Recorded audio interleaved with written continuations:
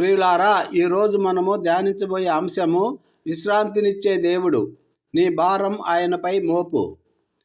ప్రియమైన దేవుని బిడ్డలారా, ఈ సాయంకాల సమయంలో మీ హృదయం ఏదైనా భారంతో నిండి ఉందా? రేపటి గురించి ఆందోళన, కుటుంబ సమస్యలు లేదా తీరని వేదన మిమ్మల్ని వేధిస్తున్నాయా? అయితే లోకరక్షకుడైన యేసుక్రీస్తు మీకోసమే ఒక మధురమైన పిలుపునిస్తున్నారు. మత్తయి సువార్త 11వ అధ్యాయము 28వ వచనములో ఆయన ఇలా సెలవిస్తున్నారు: ప్రయాసపడి భారం మోసుకొనుచున్న సమస్త జనులారా, నా యొద్దకు రండి, నేను మీకు విశ్రాంతి కలుగజేతును. అవును, హల్లెలూయా.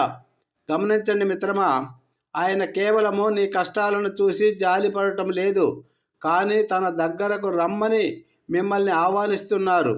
లోకం మీ మీద మోపిన నిందల భారమైన, మీరు మోస్తున్న అనారోగ్య భారమైన, పాప భారమైన, ఆయన దగ్గర వాటన్నిటికీ పరిష్కారం ఉంది.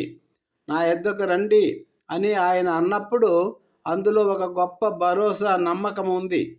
మనము మనుషుల దగ్గరకు వెళ్తే ఓదార్పు లభిస్తుందేమో కానీ విశ్రాంతి లభించదు. కానీ యేసయ్య ఇచ్చే విశ్రాంతి మీ ఆత్మకు నెమ్మదినిస్తుంది.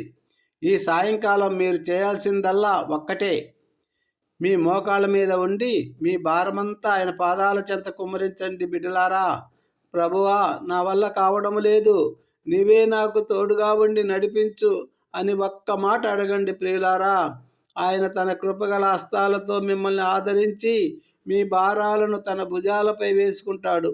ఆయన శాంతి మీ ఇంట, మీ హృదయములలో ఏలుబడి చేయునుగాక. ఆమేన్. అట్టి కృపా సమాధానములు మీకు కలుగునుగాక. ఆమేన్. Thank you Jesus. God bless you all. Have a good night.